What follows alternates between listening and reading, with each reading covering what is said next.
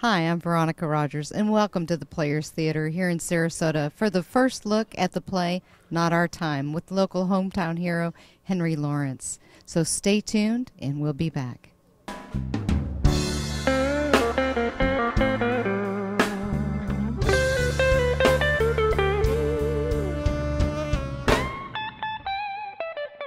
We are here at the Players Theater in Sarasota with Jeffery Kin, the artistic director. Hi. Thank you for spending some time with us. We love having you. Welcome. Well, tell me a little bit about yourself. Me, wow. Well, I am the artistic director here at the Players Theater. We are an 85-year-old organization. We are starting our 86th season in September. So the Players Theater has been a part of the fabric of Sarasota since 1930. So we've been around a long time. I can imagine those days back then. Oh, the history of the space is really interesting. And in fact, in this right where we are on Tamiami Trail, we were in a little house right on the road, and then they built this building in 1972, and so that's why we have this great structure for being a little community theater like we are. And I'm sure you've grown so much in that time. Tell me a little bit about that. Well, we seat about 500 people, so we're not like an average community theater that people will recognize from around the country. I always kind of say we're like a community theater on steroids, and our work really ends up following more on the lines of a professional, like a light professional company. Really, our designers, our directors, our choreographers, the staff receives a stipend. It's the performers that are volunteers, and our ushers that are volunteers, and our sets are built by volunteers.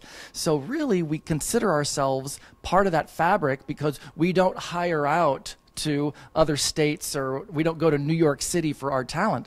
It's all talent that is all locally homegrown, and it's all that money and all that energy stays right here in Sarasota. And how many plays do you do a year here? Oh my Lord. Well, I know for a fact that we had 285 productions in our theater last year. So out of 365 days, we did that many performances. So we had main stage, like big Broadway musicals, and our backstage theater. We do cutting edge, smaller plays. We do play readings in the front lobby. So we really have this great kind of symbiosis where we kind of do a little bit of everything. And then we have an entire school, so we're also teaching students and what we call the stars of tomorrow, so that as people get older and as they grow and learn, they are funneling into our shows and they become part of our productions. Well, tell me a little bit about that school and how you grow local talent. Well, I think the main thing is that since we've been here so long, people know that if they have a kid that all of a sudden is showing signs of, that they're talking into their hairbrush or singing into their hairbrush, that they kind of say, wow, and I received this call last year. I had a mom call me. I picked her up on the phone, and she goes, you know what? I have a 6-year-old, and I think he needs to be on stage, and we don't know what to do with him. And I'm like, well, just so you know, that was me in Upper Sandusky, Ohio. And my parents didn't quite know what to do with me either. But I think them asking the question and saying, wow, I have a unique talent here, and that they have a place to call, and that we have an ability to say, come to one of our classes, be part of our summer camp. Yet they may find that a life on the stage is meant for them. And even if it's not, it gives them great, I'm trying to think of the right word, abilities to be better, stronger adults. So we almost call our scholarship fund Building Better Grown-Ups, because we are investing in the youth so that they are better, more well-rounded citizens. And so how do you get the funding for that Well, school? That's a great question. You've done this before, haven't you? Yeah. I sang in my hairbrush. Oh, see? I knew it. I could tell. Ticket sales. A lot of our funding comes from just the fact that we produce shows and that people come and see them. So just by coming to see a show at the Players Theater, you become part of that structure. Obviously, we have grants that we write, and we have wonderful organizations like the Women's Exchange that support us and help us. The community foundations help us. Local restaurants help us because we help them when we have people here in the audience and we say, hey, go to the Starlight afterwards for a drink, and they do. So we really have a great support system within our community that we couldn't live without. Wow, that is amazing. I mean, Yeah. people probably don't realize what they're doing when they buy tickets. Well, yeah, I always kind of say the Players Theater would be missed once it was gone because people don't realize what a foothold we've had into the community. And when you go to a big event and there's Grecian columns, where do they get those columns? Well, they borrow them from us. Or if there's people singing on the street for an event, where do those people come from? Well, often they come from us. So we actually help other organizations. We help with fundraisers. We help with special events. We help with costumes for people for Halloween. So we actually do a lot for the community that people really wouldn't realize until, if by chance, which won't happen because we'll go on 100 years easily, if we were to close our doors, people would really then realize what they're missing. Do you have a favorite production? Oh boy. You know what? As an artistic director, I love the show that I put into our season. And my patrons kind of go like, well, I don't really know that. I'm not. What is that? What is that? What's that Spitfire grill or what's that Hands on a Hard Body or what? I don't know that show. And then after I produced it, and they're walking away, they go, Jeffrey, I have a brand new musical. Or I have a brand new favorite show, or I'm singing these songs. So I guess for me as an artistic director, being able to just be that person that maybe engages people in a way that they didn't realize. So yes, we'll do the Hello Dollies and we'll do the Fiddler on the Roofs, but then we're also going to do these other smaller musicals like Violet that maybe you don't know of, but you can walk away saying, wow, I'm glad I came. I have a brand new favorite musical. And tell me a little bit about the film festivals that you've been involved in. Well, really the new play. Tell us the real yeah, stuff. Yeah, exactly. Well, for us, we really kind of stick to what's happening on our stage. And I'm a theater person. I've been an actor since I was, 5 years old when my parents didn't know what to do with me. I always look for ways of being and embracing a need. So if there's a need, if there's a slot to be filled that's not being filled by other theaters, then that's the job of a community theater. That's my job. So fortunately, even before I was hired here, I was a part of a new play festival that was started at this theater that allowed local playwrights to submit their works, and they were read in our lobby, and one was chosen as the winner, and then that play was then produced the next season. That started 13 years ago, a long time ago. I was one of those people that put in a play. My first time I put in a play, I didn't win, but I got a reading, and I learned a lot from it. So then I've been on that angle. And then the next year, I put a play in, and then that's the play that I won. What play was it? It was called Anna, Leona, and the Lady Luck, and it was a play that I wrote because I said, gosh, if my mom met me on a bus, if I was driving down in the country and if I was in a bus and I met my mom, what would that be like? And it just kind of was one of those plays that came out of my brain. You never know where inspiration comes from, and so then that year, I like I said, I won that process. The next year, the artistic director then at the time said, Jeffrey, we need your energy to help keep this festival going. Would you help us coordinate? And so I kind of switched gears, and then I became a proponent and a coordinator of the event. But it was a great idea, and it was a good thought, because I've seen what it does, and I know what it does for a playwright to just simply have their play read in front of a live audience and get that feedback. And I'll never forget it as long as I live, during both readings of my plays, of me sitting in the back of the house, watching an audience, watch actors reading words that you've written, and laughing and crying and being engaged and involved and moved. You cannot put a value on that. You can't put a price on it. So as you can see, I gained a great deal of knowledge from the process, and now I'm the booster. You know what I mean? And now I'm the one that kind of helps everyone else with their plays, like Bernie Yanelli's play. I mean, you talk about, the emotion and what I saw and read. It is just amazing. Tell me a little bit about. Well, Bernie submitted this play last year to our new play festival. So last year we read 5 new plays on 5 nights, and we had actors just reading with their scripts, and a director kind of directed it, and then an audience was there, and then after the play was over, we let the audience talk. So the audience gives you feedback, and some of it's really great, some of it's not, some of it's diamonds in the rough. But Bernie was able to then take what a great pearl of an idea that he had, and then with the help of the audience and with the help of his actors, was then able to take all of that information and start the rewriting process. And then he has basically a year to just keep rewriting and doing readings and working out kinks and making sure that he's making his points. We're fortunate in Bernie that we have a writer who is so devoted to the process, and he cares about the words, and he cares about the people that he's writing about. He loves history. He enjoys the struggles of history.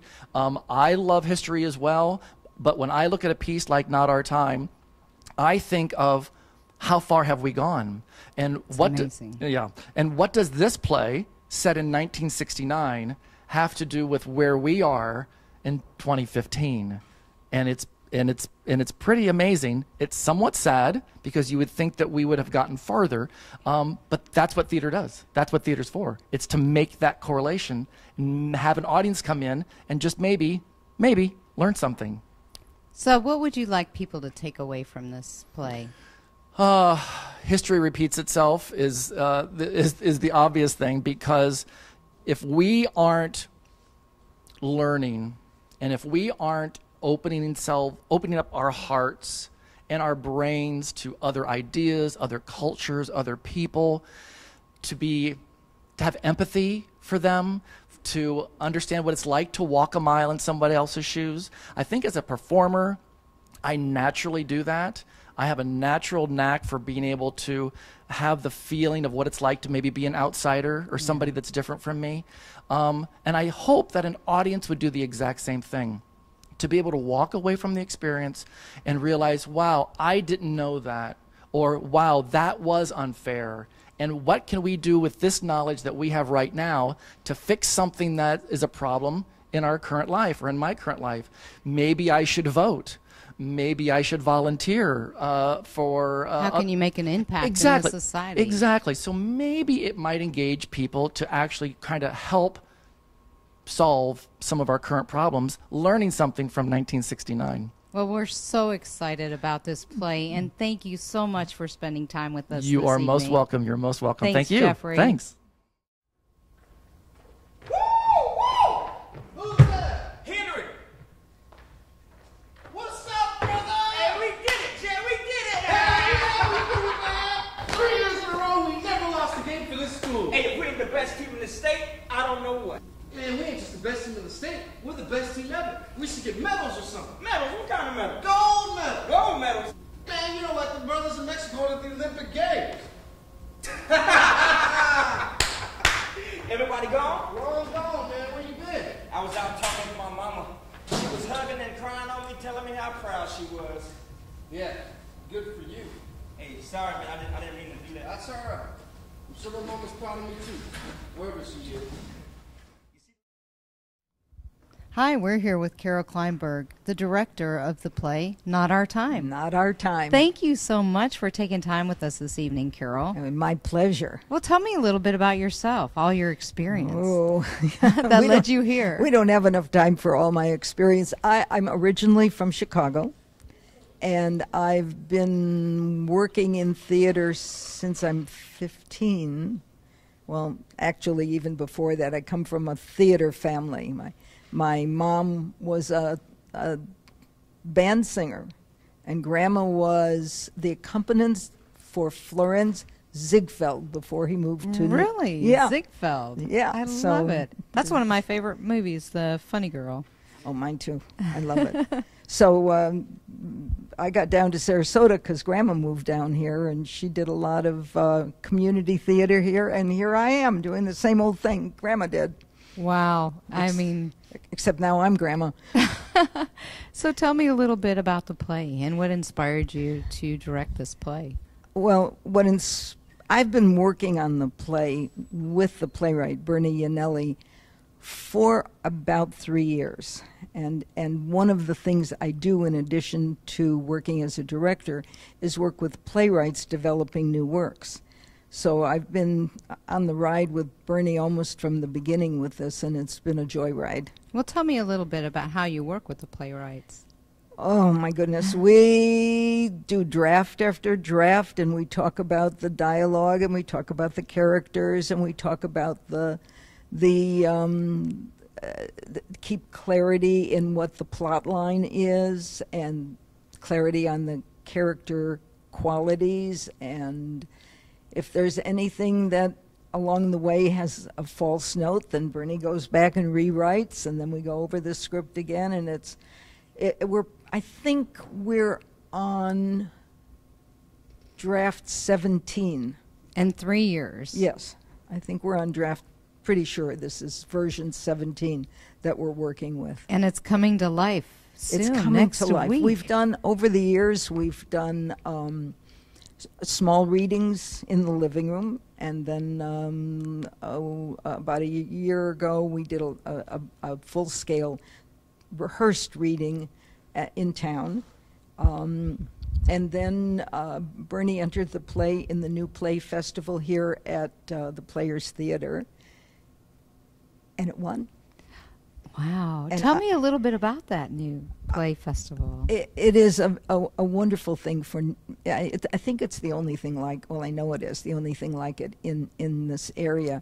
It is a competition. Playwrights submit their work, and it is a juried competition, so they have a committee who read all the plays, and they select, I think it was 5 this year. The top, and they don't know who the playwrights are. It's a blind competition. And then those playwrights get a rehearsed reading on this stage, and there's rules for the way the readings are rehearsed so that it's a level playing field for everybody. They have very skilled actors who portray the characters, and they always have a director who knows what he or she is doing, do the pulling it together. And then there's an audience for each reading, and it's really important for the playwrights to get the feedback from the audience, because unlike a novel, plays are written to be performed, and they don't live on the printed page. When I was in Chicago, I was a theater professor, and I used to tell my students that the play is to the performance like the score is to the symphony, or the playbook is to a football game, the blueprint is to a building. And then Great analogies. And then you construct it. The actors are the raw material that it gets constructed out of, and it's why you can go see the same play 3 different times with 3 different casts, and really you see 3 different plays, because they are the emotional content. They're the color and they're not, the play script gives it the structure, but really the emotional content of the play comes from what happens with the actors, with the director, and in the end, the actors and the audience. It is not complete ever until there's an audience. How many plays have you directed? Oh, I don't know. Probably getting close to 100 now. Do you have a favorite? Yeah, I do. Do you want to share? A Diary of Anne Frank. Great. It was, it was the first play I directed, and it was awful the first time I did it.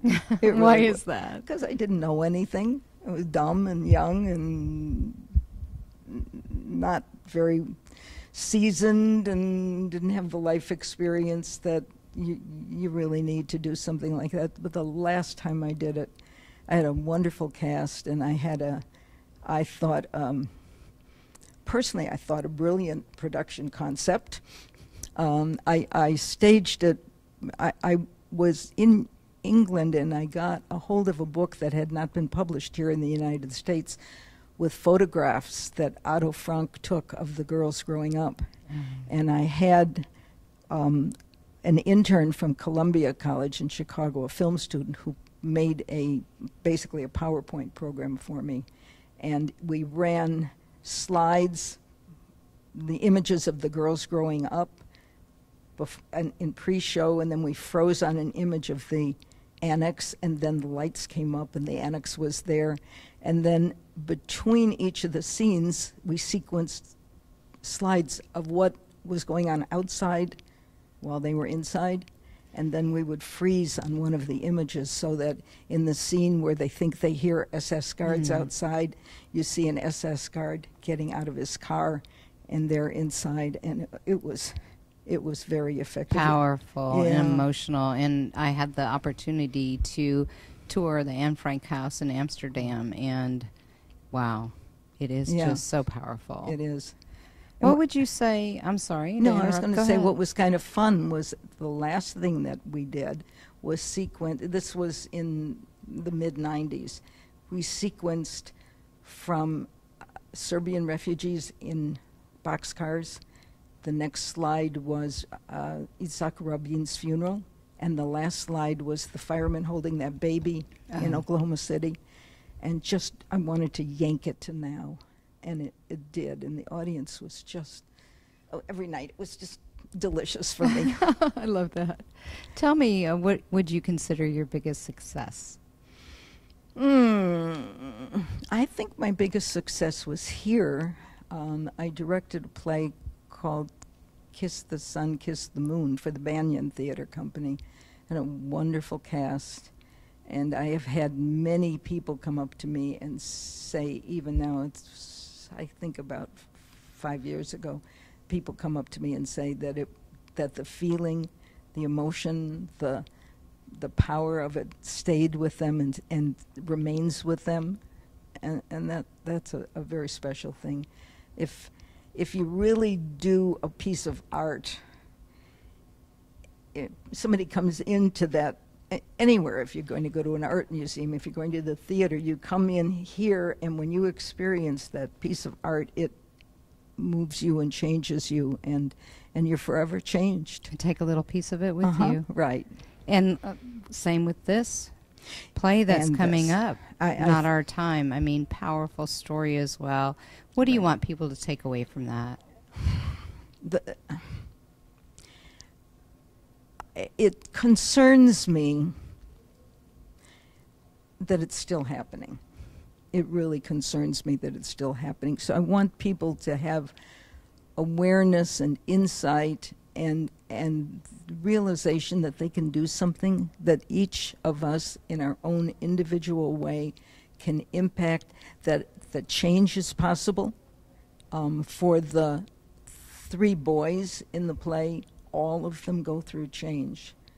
In 2 cases, it's very positive change. And I don't think Bernie wrote it this way, and I know he didn't intend it, but they are in some ways archetypes for the choices that we make, particularly the choices that kids make when they're at that point in their life when they can go one direction or another. And we have 3 different young people in the play who are high school seniors, and each of them comes to a point where they have to make a really significant choice about how they're going to live their life and who they are. And they each do make that choice, and for one of them for 2 of them it's very positive, and for one it's a choice to go to what we're seeing in Ferguson right now. And it makes me terrifically sad to see what's still happening in the world, and I think this play has so much integrity. I mean, it is based on a true story. It is, and Henry Lawrence is a remarkable, a giant of a man in every sense, because he is a sweet, kind, super intelligent and generous spirited person. And it's a real privilege for me to be able to do this little piece of Henry's story. And for all of us, we're working just to make sure our work has integrity.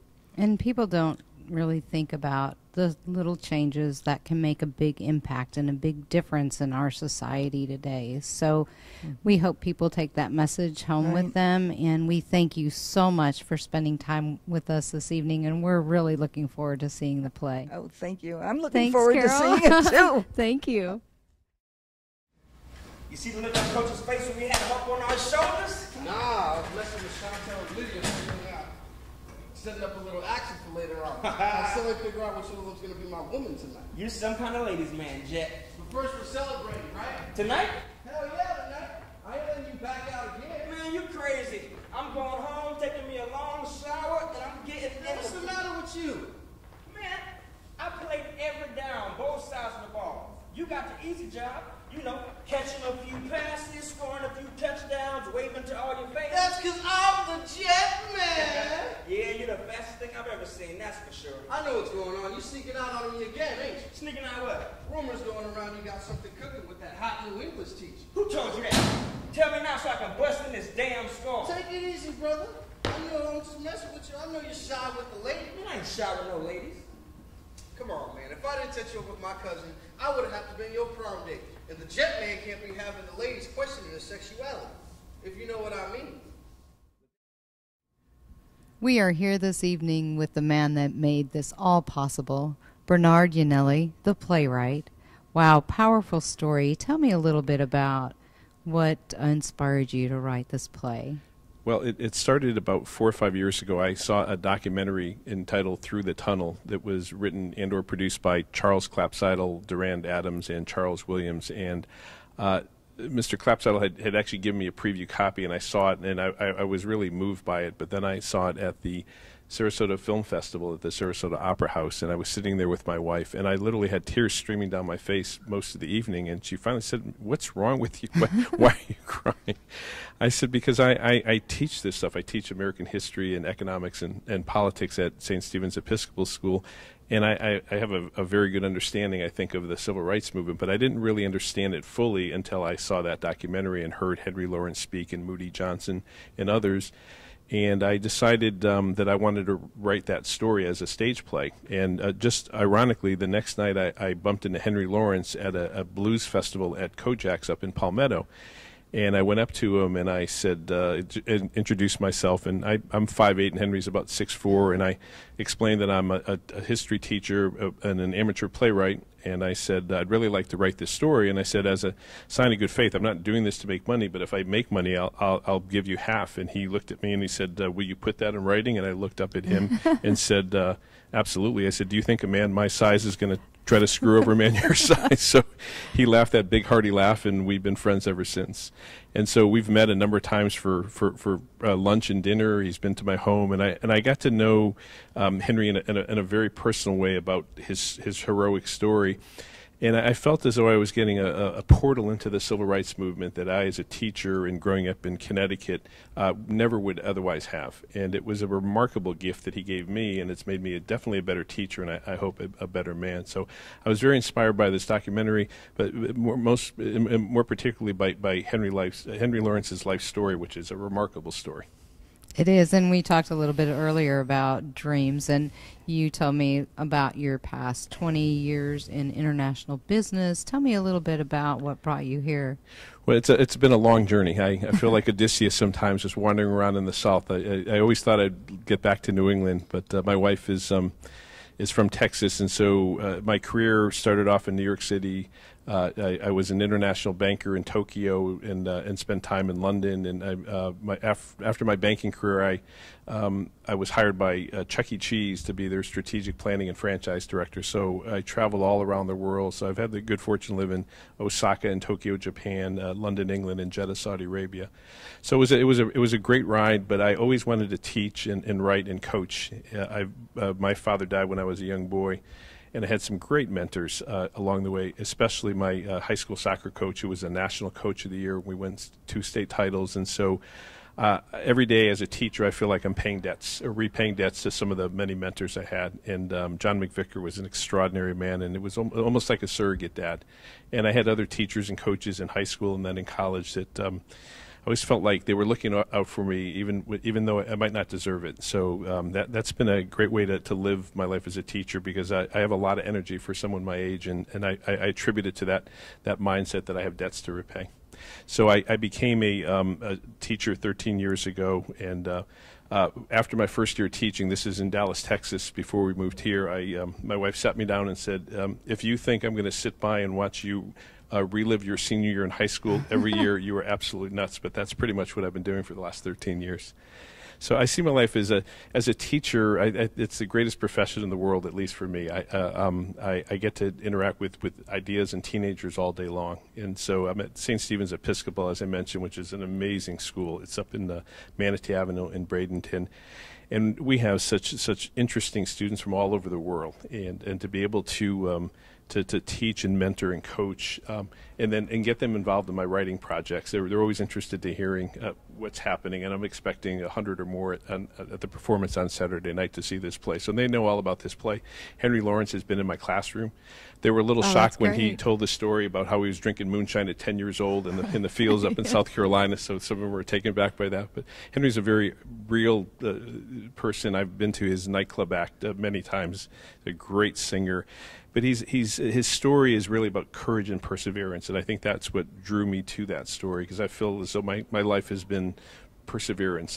The chances that I, a 56-year-old teacher from Florida, are going to have my third full-length play produced, and I have. I was going to ask you how many plays I've had 3. This is going to be my third full-length play. I've had a play here at Players Theater called Casting Shadows, produced in when and then a story about Alexander Hamilton called Undaunted in 2011.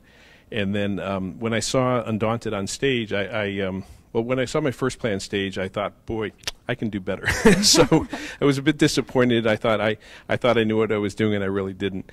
The next play, Undaunted, when I saw it, it was much better, but I realized I had basically taken a 10-hour miniseries and crammed it into a 2-hour stage play.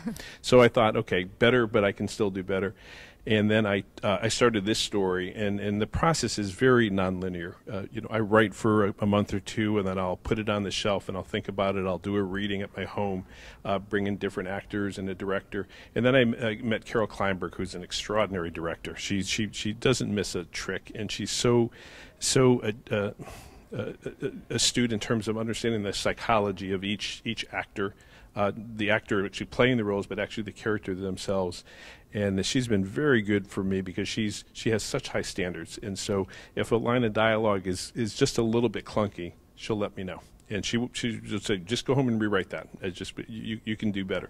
And so we have a really good relationship, and that's been a lot. It's been great for my growth as a. So tell me a little about the dream you were speaking of and your next play. Well, the next play is called Death of Honor. So when I saw the Hamilton play on stage, Undaunted, I realized that I needed to find the most dramatic moment in his life, and that was when his 19-year-old son Philip died in a duel defending his father's honor. And I always thought it'd be interesting to find a Greek tragedy at the birth of America. In Plato's Republic, he talks about the noble lie, that each founding of every nation is built on some kind of a falsehood or a lie. And I thought, how fascinating would it be to take Hamilton, who's a bit of an Odysseus, and his son Philip is a bit of a Telemachus, and Hamilton's wife, Betsy, is very much like Odysseus' wife. Anyway, it'll come to me, but there's a nice parallel in the structure of the characters. So, and I make one intellectual reference to that in the play.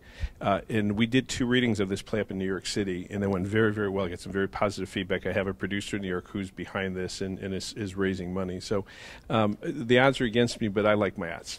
Oh, no, it's the dream, well, right? Well, it is a dream, right? Yeah, and so I don't think about not succeeding. It's just a matter of when, and that dream kind of drives me forward. And speaking of dreams, back to the play, Not Our Time. Mm-hmm. What do you want people to take away from the play? I want them to the way I've described it is it focuses on 4 students who are all caught in a web of hope and confusion and deception and honest misunderstandings, and they're all trying to navigate their way through this web of confusion, and that some rise and some fall. and in the case of Henry Lawrence, who's the only actual character, real character in the play, he only makes it because of his courage and his perseverance and against great obstacles. So my hope is that the students, especially my students who will see this, are going to take away that this is a man who could have quit very easily. He had many reasons to quit, but he didn't, because he had a dream and he wouldn't let any obstacle get in the way. And I know now Henry today, Henry could be bitter for a lot of things in his life, and he's not. He doesn't hold any grudges against anybody who may have done him wrong in the past, because these were men of their times. And so I'm inspired by that as well. I think that's a very good perspective to have. Well, thank you so much for spending time with us, and thank you for writing the play. Well, thank you very much. I hope you enjoy it when you get to see it. Thanks, Bernard. Bye now. Bye-bye. But there ain't nothing going on between me and Miss Barnes. My mom was just, paying a few extra dollars so she'll help me with my English. Get me ready for college. College? What you been smoking, boy? Hell, everybody knows if we ain't shipped off to Vietnam, we gonna be picking tomatoes and beans as soon as our schooling's done. Say what? Henry, that's the way the man set up our little world. We get some schooling so it looks like we have a chance. Then there ain't no job, so it's back to the fields where we get the privilege to break our backs until we grow old, shrivel up. Hey, don't tell me how it's gonna be. Look, I ain't dying in no fields like my daddy picking tomatoes for 20 cents a bushel. I'm gonna make me a better life than his. That's for damn sure. Yeah, that's what you think. And you can do the same. Miss Barnes, ain't she always saying you the smartest in the class? And the laziest. Yeah, you do what you want. But I got plans. Plans you don't know nothing about. Anything about. That's real good, Henry. You keep working with Miss Barnes. Even if your English don't get better, maybe she'll serve up some of that sweet. Hey, I said, watch yourself. Watch. We're here this evening with Henry Lawrence, football hero, hometown hero. Henry, tell me a little bit about yourself. There isn't much. There isn't much at all. I'm from the area. I've been here all my life. I grew up, in the field as a migrant farm worker. Did it all the way through my sophomore year in college. And I played sports, and I did academics. I went on to be a #1 draft pick with the Oakland Raiders in the NFL draft in '74. Had an opportunity to play in 2 Pro Bowls and 3 Super Bowls we won.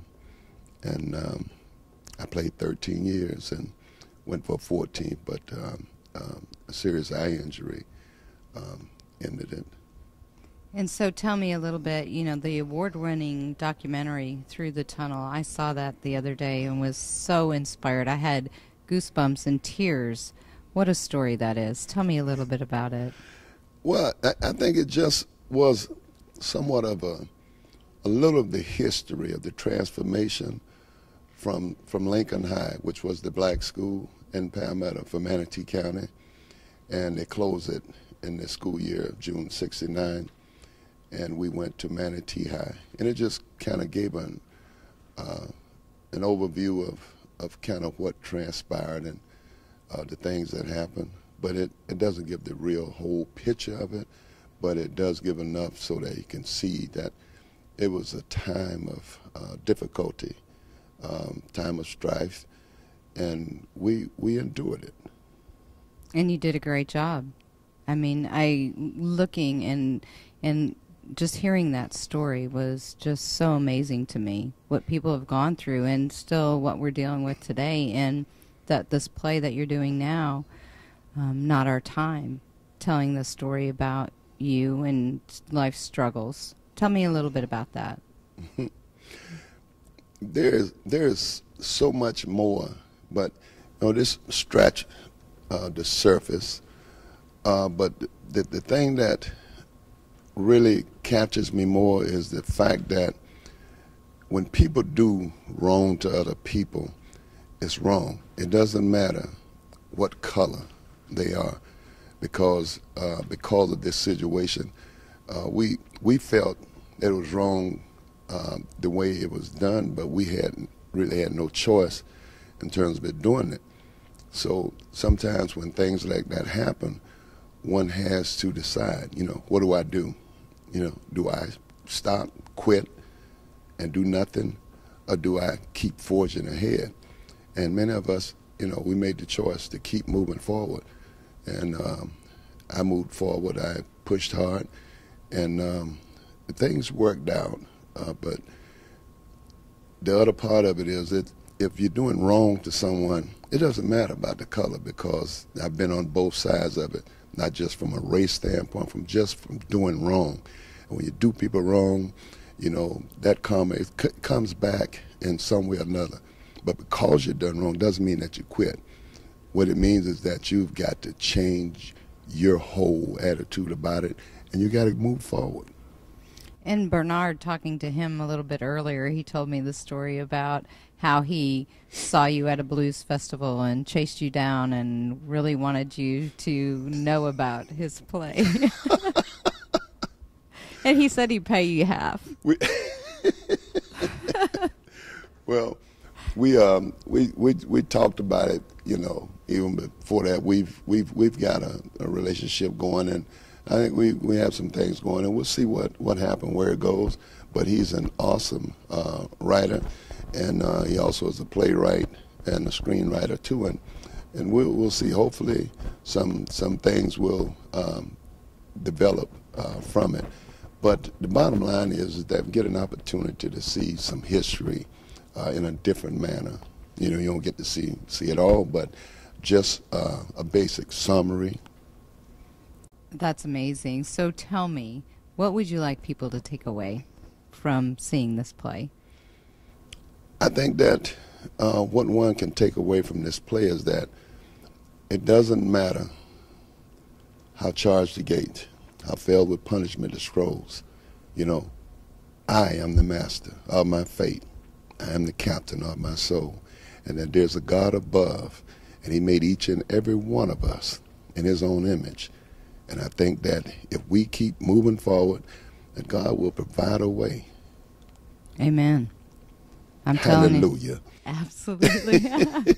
Well, and I know you have to get to rehearsal tonight, and we just thank you so much for spending time with us, Henry, and we look forward to seeing the play. Well, thank you. And we're looking forward. We got some other things coming down the pipeline. What do you also, have coming down the pipeline?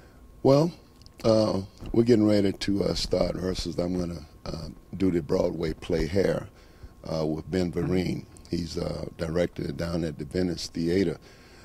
We start rehearsing in September. The play will be running from November 10th to December the 12th. And I have a principal role in it. Oh, so exciting. We'll see what happens. You going to sing? Oh, well, I'm ready to do it all. I'm with the Venice Chorale, ex votate, and I've done a couple of operas down there with the group, not as a soloist, but with the chorale, and I'm also involved with them. We start this fall also, so it's going to be pretty busy. Getting it. Also, the thing that really trips me out with that is the first opera we did was in Latin. Was it really? Yes, and I went to rehearsal. I'm looking at it, and I told the director, I said, well, look, I said, I don't think he said, oh, no, just stick with it. We got through it. And the second one was actually in Hebrew, one of the songs, and one was in Swahili. And then the other songs were in English, but it wasn't the basic music structure that I was used to. But we did get through it. And so it's going to be very interesting to see what we'll be doing this fall. And so how many performances, or tell me a little bit about that? Well, I'm pretty sure we'll probably be doing between now and this time next year, probably one in December, which is scheduled December the 6th, so we got to get that worked out. And there'll probably be another one in, I think, probably February, and then probably March and April. I don't know the schedule right now, but it's been very exciting, and it's been very different. I can imagine Swahili and just learning everything. Well, singing. My hope, eventually I get an opportunity to do a solo in one of the performances. We'll see what happens. That's exciting. We can't wait to hear. Yeah. Thank you, Henry, for spending time with us tonight. Thank you. All right. Yeah. What an exciting evening to learn so much about this play and so much about the people behind it. Bernie, You want to tell people a little bit about when they can see and buy tickets for this great play? The play's going up at the Sarasota Players Theater August 20th to the 23rd. It's a 7:30 performance on Thursday, Friday, Saturday, and 2 p.m. on Sunday. Love to see you here. It's a great story about a great man.